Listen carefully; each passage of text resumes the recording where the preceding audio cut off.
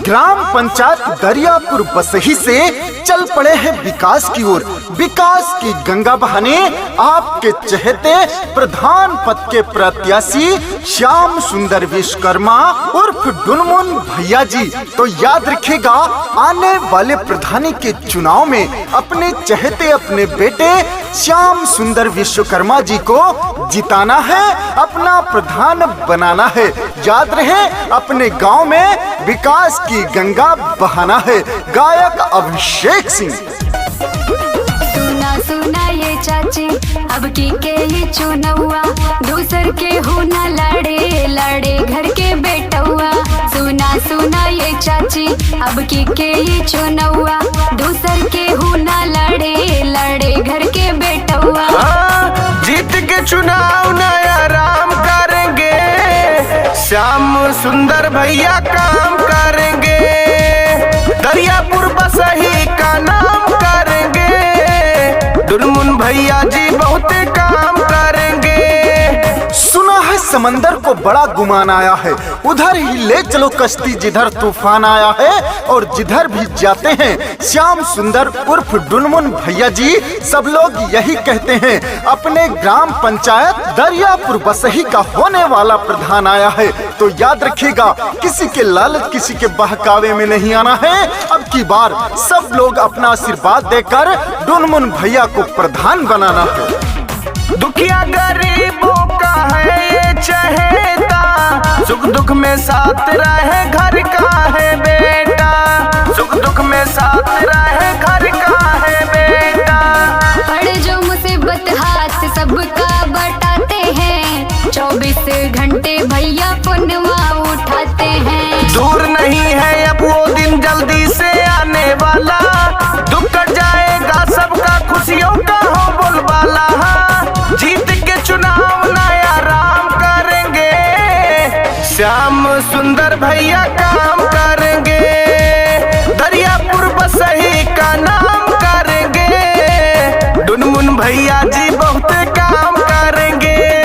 दिन हो या रात रहते हैं सभी के साथ, अमीर हो या गरीब करते हैं सभी से मुलाकात। अपने श्याम सुंदर विश्वकर्मा उर्फ डुनमुन भैया जी जात पात में कोई भेदभाव नहीं करते, सबके साथ कंधे से कंधा मिलाकर चलते हैं, सबके हक की बात करते हैं, गांव के विकास की बात करते हैं, सबके सुख दुख में हमेशा खड़े रहते हैं। तो याद रखिए मित्रों, अपने गांव में तरक्की लाना है, अपने गांव को आगे बढ़ाना है। तो अब की बार श्याम सुंदर भैया को प्रधान बनाना है।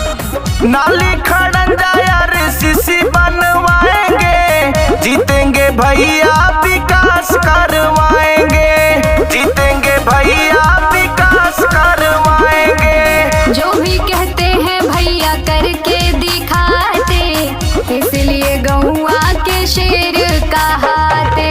गांव गांव में रोड बनेगा, बनेगी पक्की नाली, श्याम सुंदर जीतेंगे तो लाएंगे खुशहाली। हाँ, जीत के चुनाव नया राम करेंगे, श्याम सुंदर भैया काम करेंगे, दरियापुर बसही का नाम करेंगे, श्याम सुंदर भैया काम करेंगे। श्याम सुंदर भैया जीतेंगे तो अच्छे दिन बीतेंगे। जी हाँ, आपके अपने ग्राम पंचायत दरियापुर बसही के हर गली में पक्की सड़क होगी, पक्की नाली होगी, इंटरलॉकिंग सड़क होगी, गरीबों को आवास मिलेगा, विधवा विकलांग वृद्धा पेंशन पात्रित व्यक्तियों तक पहुँचेगा। सरकार द्वारा चलाई गई सभी योजनाएं आपके ग्राम पंचायत में आएंगी, हर घर तक पहुँचाई जाएंगी। तो याद रखिएगा, सरकारी सुविधाओं का लाभ उठाना है। तो अब की बार अपनी चट्टानी एकता का परिचय देते हुए अपना प्यार आशीर्वाद अपने चहेते अपने बेटे को देकर भारी मतों से विजयी बनाना है। अपने गांव का प्रधान सिर्फ श्याम सुंदर विश्वकर्मा डुनमुन भैया को बनाना है। हर माँ का बेटा बहनों के भाई, जनता की हक की ये लड़ते लड़ाई, जनता की हक की ये लड़ते लड़ाई। जो भी कहते हैं भैया करके दिखाते, इसलिए गौआ के शेर कहाते। अभिषेक सिंह हाथ जोड़ के सबसे यही ये कहते, भैया जी जनता के सेवक बन बैठे चाहते। हाँ, जीत के चुनाव नया राम करेंगे, श्याम सुंदर भैया काम करेंगे, दरियापुर बसही का नाम करेंगे, श्याम सुंदर भैया